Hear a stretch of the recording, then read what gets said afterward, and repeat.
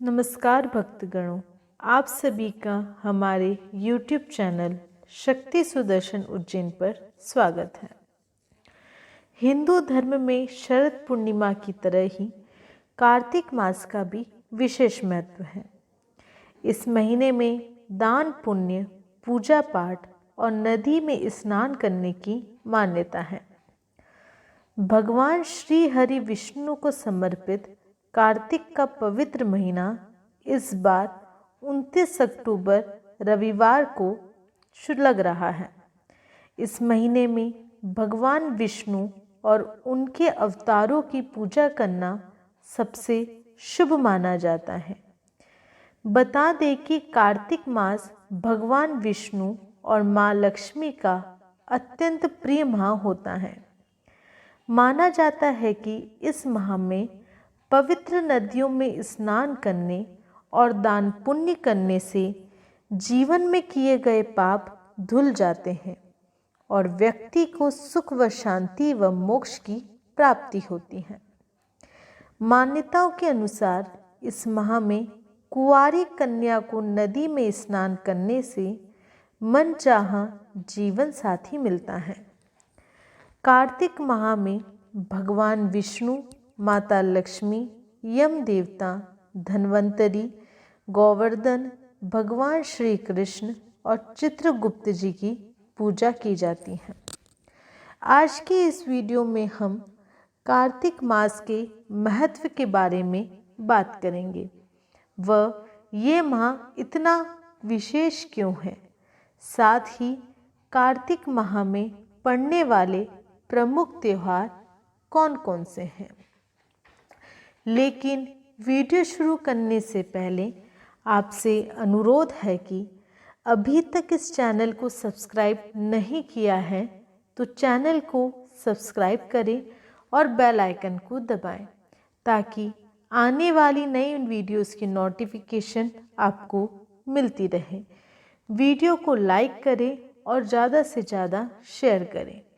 चलिए वीडियो शुरू करते हैं।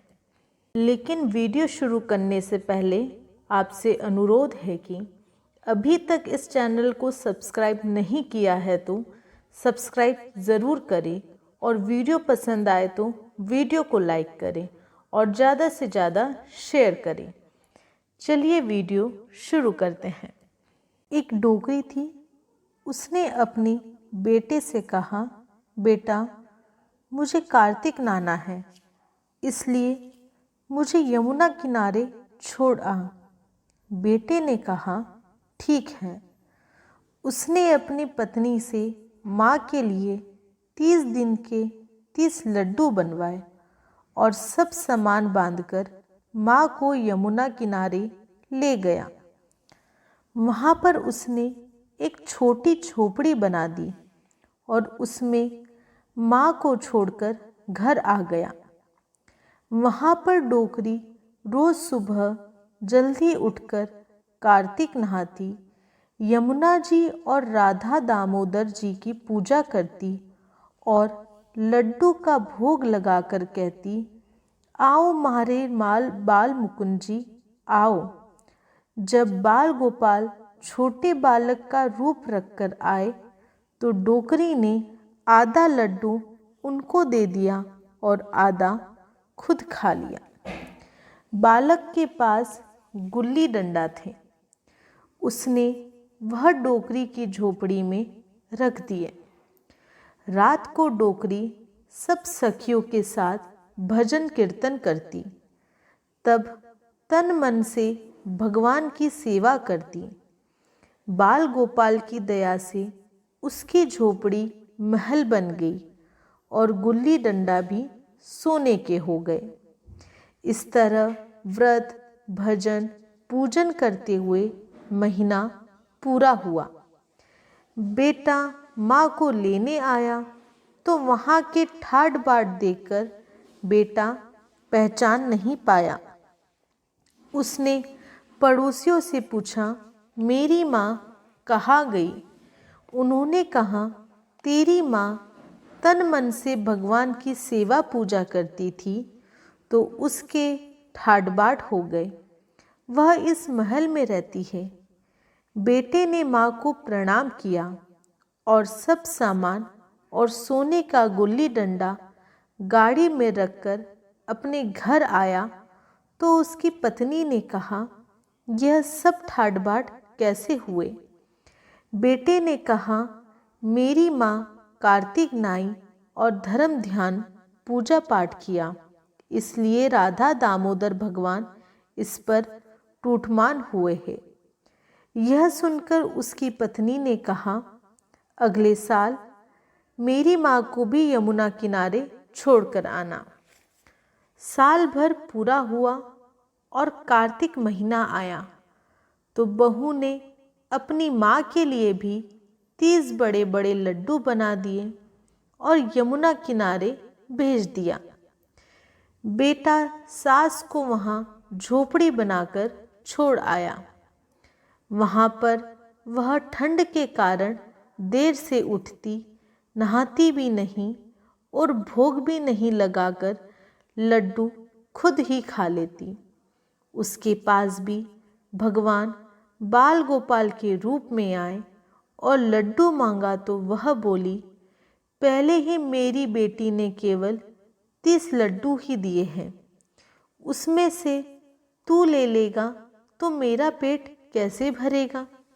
वह लड़का बोला, माँ तेरी झोपड़ी में मेरे गुल्ली डंडे रख दूँ?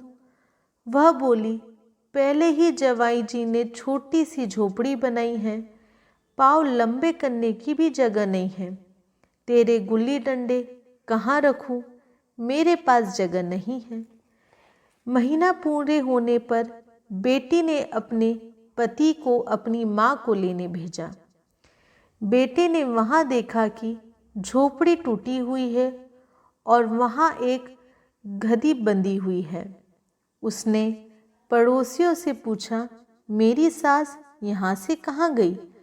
उन्होंने कहा, वह कुछ भी दान धर्म पूजा पाठ नहीं करती थी तो वह गधी बन गई और वहाँ बंदी है। वह गधी भी बोल रही थी, जवाई जी मैं यहाँ हूँ। वह गधी रूप में सास को गाड़ी से बांधकर घर ले आया। उसकी पत्नी ने पूछा, मेरी माँ कहाँ है? यह तुम किसे ले आए हो? बेटे ने कहा, यह तुम्हारी माँ है। यह वहाँ जाकर कुछ भी नियम धर्म नहीं करती थी, इसलिए गधी बन गई। यह देखकर वह बहुत दुखी हुई और पंडित को बुलाकर पूछा कि मेरी माँ की यह कैसी योनि कैसे छूटेगी? पंडित ने कहा, तेरी सास कार्तिक नहाए, उसी के पानी से यह नहाए और उसका चरणामत ले तो यही योनि से छूटेगी। अगले साल उसकी सास कार्तिक नहाई और उसी पानी से उसकी माँ नहाई और चरणामत लिया तो वह फिर से मनुष्य योनि में आ गई। हे राधा दामोदर भगवान, जैसे बेटे की माँ को टूटमान हुए वैसे सबको होना, बेटे की सास को कलूट हुए वैसे किसी को मत होना। आपको हमारी वीडियो कैसी लगी कमेंट बॉक्स में ज़रूर बताएं और कमेंट बॉक्स में ओम नमो भगवते वासुदेवाय लिखें। अगर आप हमारे चैनल पर नए हैं तो चैनल को सब्सक्राइब करना न भूलें और बेल आइकन को दबाएं। जय श्री महाकाल।